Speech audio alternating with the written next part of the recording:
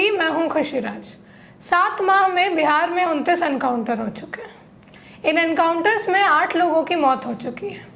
Bharat Tiwari encounter से पहले हर encounter पर ताली बजती थी। विपक्ष भी दबी जुबान से ही इसका विरोध करता था। तब अगर विरोध होता तो आज मानसिक रूप से टूटे गरीबों के लिए लड़ रहे भरत तिवारी को ऐसे गोली नहीं मार दी जाती। अब Bharat Tiwari encounter case supreme court पहुंच चुका है।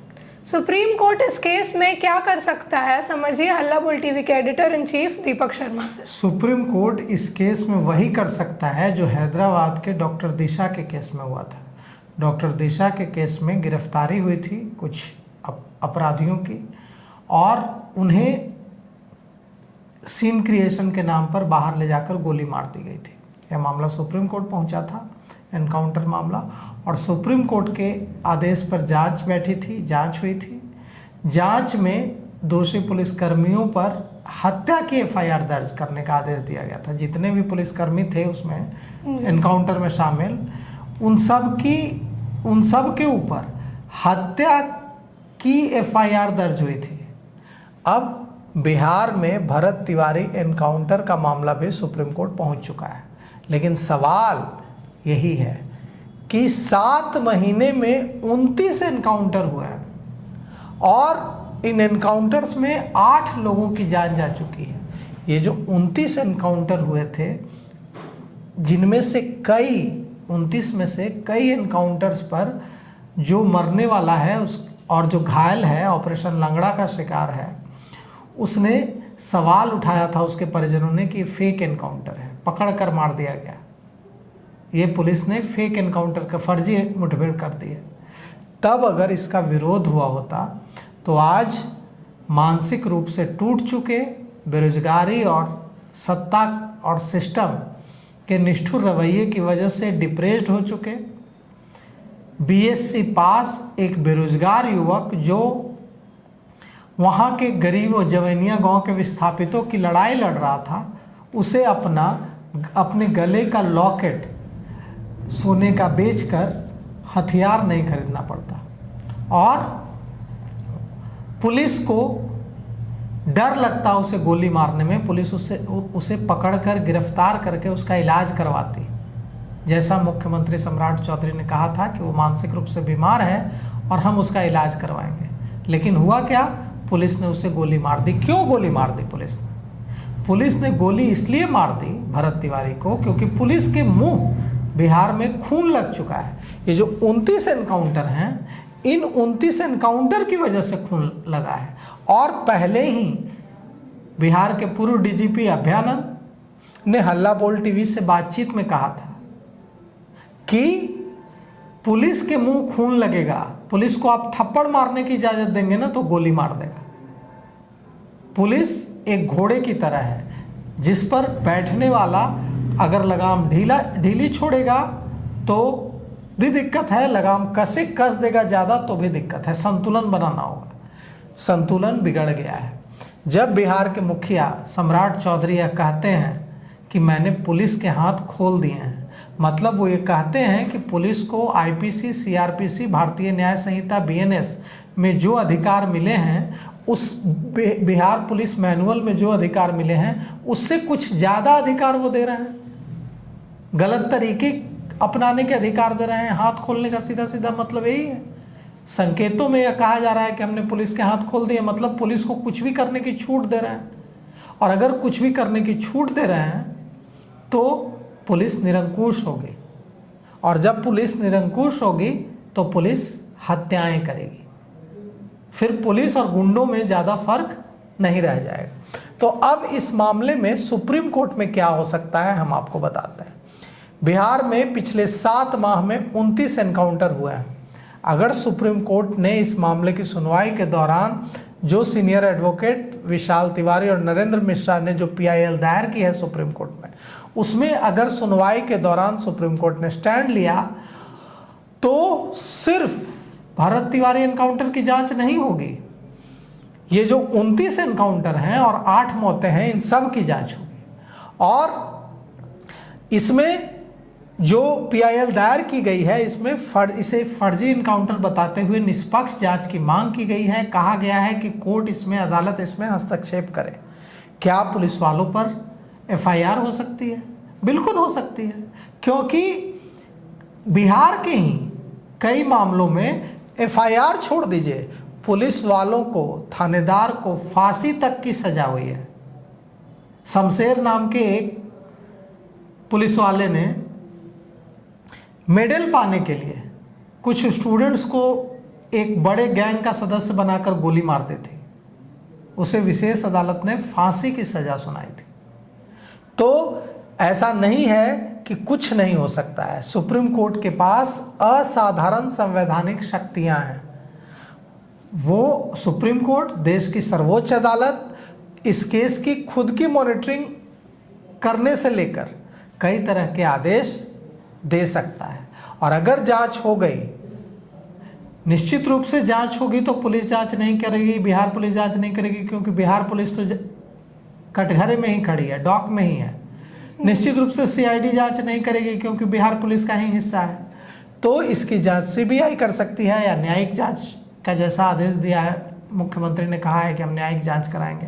हालांकि 2 दिन बीतने के बाद भी अब तक इस बारे में कोई क्लैरिटी नहीं है कि न्यायिक जांच कब होगी, कौन करेंगे, कैसे करेंगे, क्या उसके टर्म्स एंड कंडीशन होंगे, क्या उसका जांच का स्कोप, दायरा क्या होगा, इस बारे में कुछ भी स्थिति स्पष्ट नहीं है।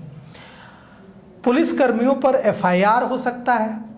जिस DSP का नाम आ रहा है कि DSP भी इसमें शामिल थे, उनके खिलाफ DSP पर भी उस DSP पर भी FIR हो सकती है।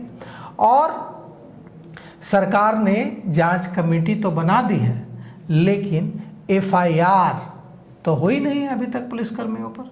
निलंबित कर दिया, मतलब आपने माना कि गलती हुई है। ADG ने कल कहा, बिहार पुलिस के ADG ने, कि चूक हुई है, गलती हुई है। ये गलती नहीं है, ये प्लान्ड वहाँ मर्डर है। ये कोई गलती नहीं है, ये नीयत का खोट है, ये निरंकुश है। ये यह मानकर बैठ जाना है कि हम किसी को गोली मार देंगे, हमारा कुछ नहीं बिगड़ेगा।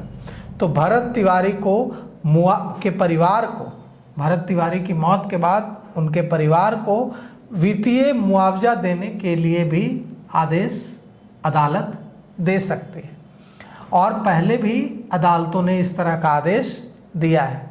सुप्रीम कोर्ट क्या कर सकता है, या 2019 के हैदराबाद कांड से समझिए।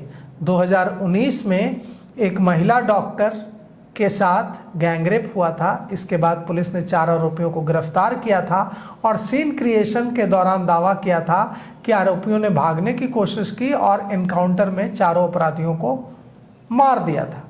सुप्रीम कोर्ट ने इस पर संज्ञान लिया था। जस्टिस VS सिरपुरकर कमीशन गठित किया गया था, और इसमें यह जांच रिपोर्ट में यह सामने आया था कि पुलिस झूठ बोल रही है। 4 ही आरोपियों को जानबूझकर गोली पुलिस ने मारी है। इसके बाद सुप्रीम कोर्ट के आदेश पर इस एनकाउंटर में शामिल जो 10 पुलिसकर्मी थे, उन सब पर हत्या की FIR दर्ज हुई थी। और तब भी वहाँ की जो सरकार थी, KCR की सरकार, वहाँ के मुख्यमंत्री के चंद्रशेखर राव की सरकार थी उस समय, उन्होंने भी कहा था कि पुलिस के हाथ खोल दिए हैं तेलुगु में। लेकिन जब इन पुलिसकर्मियों पर हत्या की FIR दर्ज हुई तो कोई हाथ खोलने वाला बचाने नहीं आया। बिहार पुलिस क्या इस तरह के मामलों में फंस चुकी है? बिल्कुल फंस चुकी है। 2023 में पुलिस कस्टडी में हुई मौतों को लेकर गंभीर टिप्पणी की गई थी। सविता अली बनाम बिहार मामले में पटना हाईकोर्ट ने स्पष्ट निर्देश दिया था कि पुलिस मुठभेड़ों या पुलिस कस्टडी में होने वाली मौतों को सिर्फ अस्वाभाविक मौत नहीं माना जा सकता। अगर पीड़ित पक्ष को गड़बड़ी लगती है तो सीधे दोषी पुलिसकर्मियों पर FIR दर्ज होनी चाहिए। लेकिन अब इस मामले में क्या होगा? अब इस मामले में वही होगा जो 28 दिसंबर 2002 को हुआ था। 28 दिसंबर 2002 को क्या हुआ था पटना में, हम आपको बताते हैं। 3 कॉलेज के निर्दोष छात्र थे, हिमांशु, प्रशांत और विकास। इन तीनों को एक गैंग का सदस्य बताकर इन 3 निर्दोष कॉलेज स्टूडेंट्स को मेडल पाने के लिए एक पुलिसकर्मी ने गोली मार दी थी, ताकि हम इन्हें एक गैंग का सदस्य बता देंगे, अपराधी बता देंगे और इन्हें गोली मार देंगे, एनकाउंटर कर देंगे तो मुझे मेडल मिल जाएगा। 28 दिसंबर 2002 को हिमांशु, प्रशांत और विकास का एनकाउंटर हुआ था। पुलिस ने दावा किया था कि तीनों अशोक नटवा गैंग के सदस्य हैं। सरकार ने पहले सीआईडी से जांच कराने की बात कही, लेकिन विरोध हुआ, बवाल मचा। फिर सीबीआई से जांच कराई गई और जांच में जो सच्चाई सामने आई वो होश उड़ाने वाली थी। जो थानेदार जो था शमशेर, उसने मेडल के लिए गोली मारी थी, यह जांच में सामने। और जो 2014 में विशेष अदालत ने सुनवाई की, तो सुनवाई के दौरान विशेष अदालत ने 2014 में एसएचओ थानेदार शमशेर को फांसी की सजा सुनाई थी। यहाँ तक कि गया में 12 चट्टी में एक कारोबारी, 1993 की बात है ये, एक कारोबारी राजेश धवन और उसके 2 कर्मचारियों को गोली मार दी गई थी। जब जांच हुई तो पता चला कि वसूली के लिए ये गोली मारी गई है। इसमें 1996 में निचली अदालत ने 6 पुलिसकर्मियों को मौत की सजा सुनाई थी। अब इस मामले में क्या होगा? तो इस मामले में अब जो पुलिसकर्मी हैं वो उनका अगर अच्छे तरीके से न्यायिक जांच, अगर उन पर अब तक तो एफआईआर हो जानी चाहिए थी, एफआईआर नहीं हुई, अब न्यायिक जांच शुरू होगी। न्यायिक जांच में अगर वे दोषी पाए जाते हैं तो सरकार को उस रिपोर्ट को, जो रिपोर्ट न्यायिक जांच में आएगी, उस रिपोर्ट को विधानसभा के पटल पर, सदन के पटल पर रखना पड़ेगा और फिर सरकार को मानना पड़ेगा उस जांच रिपोर्ट को। अब देखिए ये जांच कब शुरू होती है, सुप्रीम कोर्ट में क्या कुछ होता है, और इस मामले में भरत तिवारी की मां जो सिसक रही है। अब सोचिए, यहाँ पर एक सवाल है, हमारे संवाददाता को बताया भरत तिवारी की मां ने कि पुलिस ने उनको भी राइफल के बट से पीटा। अब भरत तिवारी के हाथ में बंदूक था तो पुलिस को डर लग रहा था, पुलिस कांप रही थी। भरत तिवारी की मां को पीटने की क्या जरूरत थी? उनके हाथ में क्या बंदूक, कौन सी बंदूक थी, कौन सी AK-47 थी? तो यह पूरी तरह से पुलिस के निरंकुश हो जाने का, मन बढ़ जाने का मामला है। और पुलिस के मुंह, बिहार पुलिस के मुंह ये जो 28 एनकाउंटर हुए हैं, इससे खून लग गया है। अगर सख्त एक्शन नहीं हुआ तो भरत तिवारी की जगह पर और आने वाले महीनों में मोहन कुमार, सोहन कुमार, शत्रुघ्न कुमार जैसे कई अनसुने नाम आएंगे और ये ऐसे एनकाउंटर्स होते चले जाएंगे।